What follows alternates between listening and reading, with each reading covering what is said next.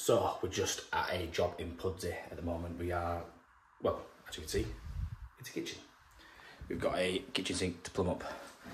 Nice brass hot water tap. So, thought I'd show you this one. I've got this hot water cap coming. It's just a cheap one from Screwfix, but I think they're just as good as your kettles or cookers, whatever you call them. So yeah, in here, what we've got is main stop tap coming through, which links round to the back over there where the old sink was. Stop tap's still staying over there. Cold to the rest of the house, and then that goes to an outside tap, which runs all the way around to the outside tap at the back. So we need to put some double check valves and isolation valves on that. And then hot there. So yeah, we've got, coming out of the back of the tap here, we've got, this connects, this rubber hose with a little clip on there, connects straight onto the hot outlet. You've then got your cold pipe that goes straight, plumb straight into your cold. Your hot goes straight into your hot, and then you've got your boiler, your cold to your boiler. So that, or what happens with that is, we use this fitting, so that goes onto the top of the flexi like that. So, and then using these little hoses, we're going to run it round to the filter, and then from the filter we'll go into this cold feed on top of the kettle.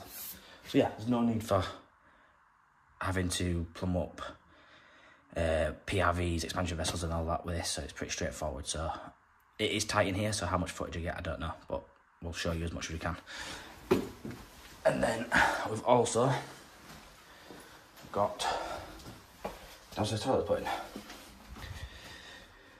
It is a space saving one with a sink on top, so that'll be good to show you. We'll show you that. We've got plastic coming through the wall there, so speed fit elbow, bit of copper, flexible isolation valve with flexible tap connected with isolation valve straight into the bottom. And we're just having a cold tap on this. We're not putting hot, just cold. So yeah, we'll crack on with the sink and we'll get over to the toilet shortly.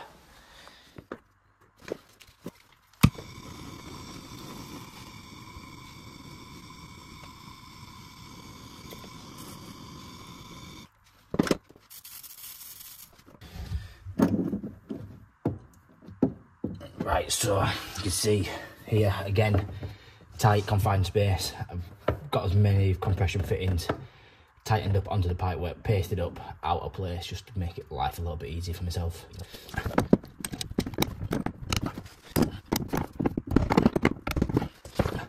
So plan of action is, so we've got outside tap ready there, double check valve and ISO. We need to put a compression socket, not a socket, elbow on there. We're using compression coming through the wall because there's a little bit of water, and just to make life easier for ourselves, and we're not fighting against water then. So we have an elbow down, come across T, run it across, elbow into there. We're going to run up. We've got a, where have I put it? I don't know. Another washing machine T to put in this area here, and then connect up to there. And then that's the majority of the pipe work done. We can then look at getting the hot water tap in.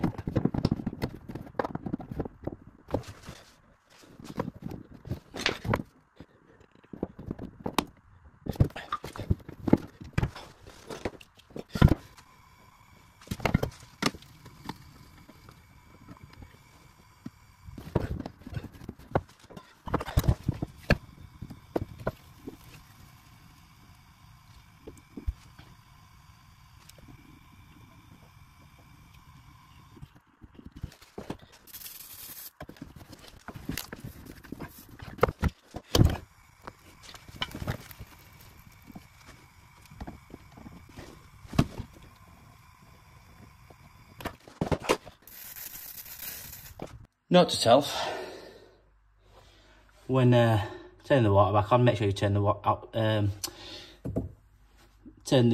washing machine taps off. You cabbage. Dear me. Right, let's try again. Right, so we're all good. Let's try to just tighten that up a little bit.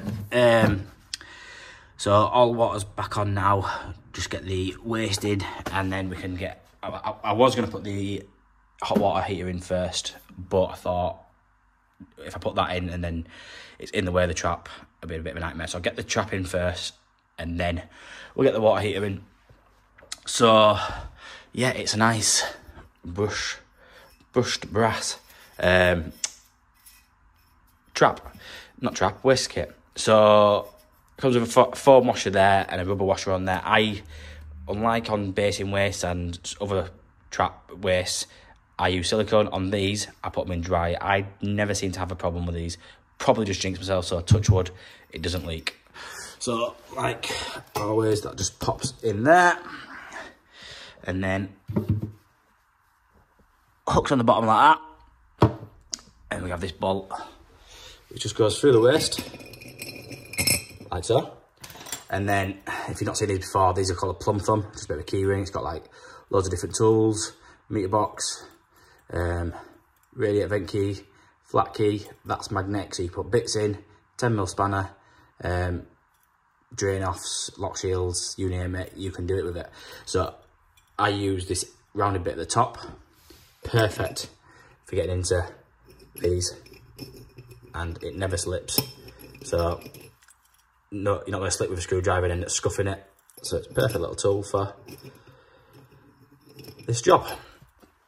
So let's get that in there, get the trap in, just got a couple of elbows, and then we can get our hoses on, get them out of the way. And then, yeah, we're getting there. Right, so we're all in now. Checked all the fittings before we put this into place, just to make sure we've got no leaks, because it's going to be a nightmare to fix any leaks. Well, it's not a nightmare, because this is on flexible hoses, so it will move about. So yeah, it should be okay though. It's not the neatest in the world, just because we've got that many hoses in there. It's messed it up a bit to say that I've tried doing my pipe work nice and neat as I could, but not much I can do with these hoses. So, plumbing up the hot water appliance, instant hot water appliance. So, off the bottom of the tap, you have this rubber hose, which is for your hot outlet, and then you've got this cold, which I just need to double check. There's two colds, so you have one that's for your mains going in, and one for your cold feed for here. So I just need to double check that, because I forgot to double check I connected the right one up, so I just need to check that. So from there, flexible hose, 1/2 inch thread, we have this fitting, so that connects onto there. This plastic tubing then goes into, if you get, there's an arrow on there, into that side, goes in, and then another tube coming out into the top of here. So yeah, there we go, that's stable, into the top of there. So then that heats hot water, this unit will heat that water up and give out 95, 100 degrees. You can set the temperature of what you want on the display. So I just need to find the ideal location. I wanted to put it here, but with the hose coming out there, I'm not sure. So it might have to go over there, but I don't know if my hoses are going to be long enough to reach all the way. So it might have to go there, with that just going back as far as possible. So yeah, we'll get that plumbed in and I'll show you it working. Right, so filters in, all pipes up. Important with things that you haven't fit before, or just majority of things that you're unsure about, is to read the instructions. Because on this, once you've installed it, you need to prime the machine. So before powering up the boiler tank, first prime the boiler tank, open the isolation valves underneath, which I have done, attach the main flow. Then press and turn the hot water handle on the tap for about 90 seconds. The water will not be hot and we haven't supplied the power to the tank. Right, okay, so...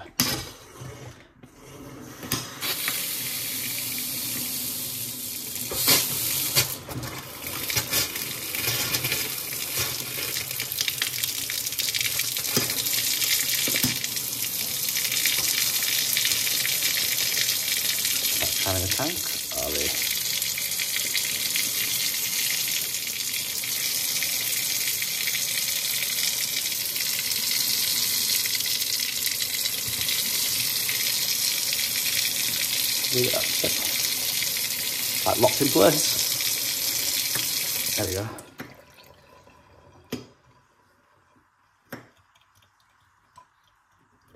Ah, that's how you do the hot water tank. Alright, so you press the button in, push it forward. So you need to do that for like 90 seconds till the water starts running through, and all that's doing is basically filling the tank with water. It just what you don't want to do is turn the power on when there's no water in it, and it's trying to heat up air and it'll probably end up burning and breaking the unit. So you need to prime it first. So any second now, hopefully we should start getting some water through.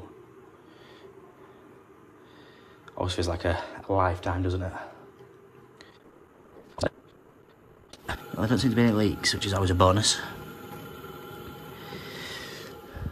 Come on. It's got to be 90 seconds now, is that? What's that old saying? A few moments later. Sound like Terminator then. That was totally the wrong voice. Or is it SpongeBob? Oh, there we go. We have water. So that's all primed now. Just get that plug in there.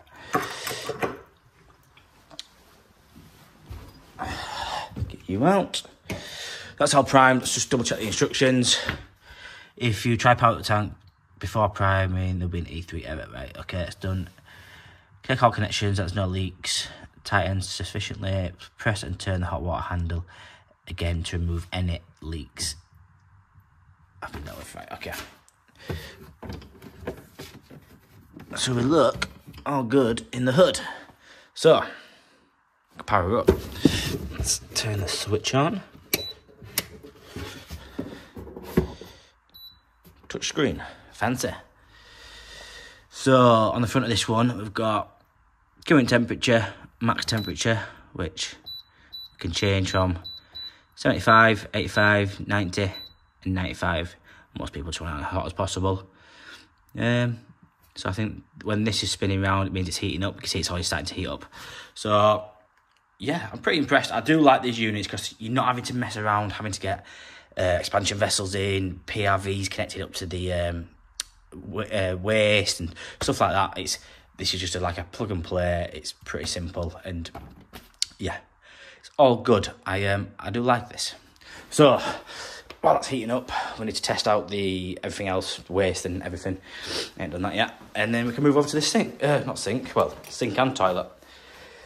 So if you've not come across one of these before, basically it's a toilet with a sink on top of it, as daft as it sounds. So, picture there. So the sink actually goes on top of the system, and the water you use from the sink just goes directly into the system and flushes out down the toilet. I suppose it saves water, I suppose. So yeah, we got that built up. They're only having a cold feed to this tap. So if you see in the bottom of there, we've got two inlets. So one for your cold, one for your hot. And then at the bottom of your cold one, there's a connection for your flexi. So we'll connect onto that. And then this is the connection for the hot pipe, which comes with a cap. So we'll just leave that cap on, blank it off. And if they ever do want to put a hot feed onto it, they can do. But we've got no hot feed down there. So in all fairness, the customer said that this is only temporary. So I don't know why they're spending so much money on something so temporary. I'd have just left it. Also, nearly forgot to mention, when you're doing kitchen sinks, or any sink for that matter, especially when it's got a overflow you've got to build up yourself, always check your overflow. So fill it up, check your overflow, because you never know if the customer ever did need to use the overflow, or it would leak or that. So it's always important to do so. And also, always flush away a full sink, because sometimes you can get leaks on waste pipes that when the tap's just running like that, just flowing away nice and slowly, it's got nice flow, it won't leak. But when you flush a full sink away, there could potentially be a leak. So we'll let this fill up properly and we'll flush it away, checking the overflow, checking all our fittings. But all looks good so far. Right, so we make the toilet up now. It's all in position. Probably going to see that silicone is on the fixing bolts. It's only on the fixing bolts. They're the cheap plastic ones, and yeah, they're not the best. So it's not on the siphon, it's not on the fill valve, it's just on 2 fixing bolts, just to ease the sealing of it. So McAlpine Mac pan connector, is it Mac fit they call them, something like that, in marked up there and also there. So we'll get it out, get my plasterboard wall, so get some plasterboard fixes in there, and then drill through the floor with Talbot. So the toilet all fixed in place. Now, what we've got to do, once you've made your basin up, is connect that flexi to that connection there. This can be quite fiddly, and sometimes requires 2 people. So we'll get that in, and then we can pipe up our cold feed there to that feed there. So just put a plastic elbow, bit of copper, flexi. It's not that neat, but it is what it is. So yeah, we'll try and get this in here now with great difficulty. Right, so we're all connected in there. I forgot to mention that obviously because we're putting no hot to it, we've had to put a plug. Get it out.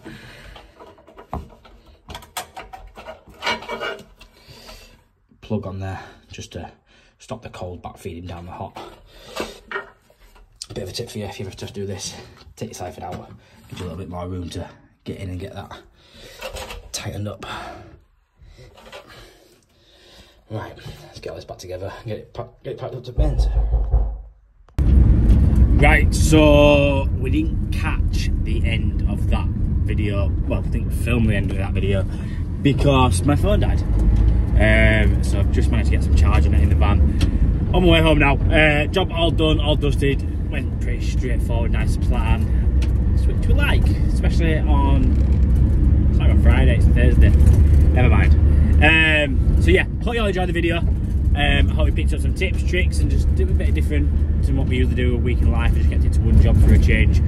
So yeah, don't forget to comment, subscribe, hit the notification bell, like, follow us over on Instagram, TikTok, and all that malarkey, and I will see you guys next week.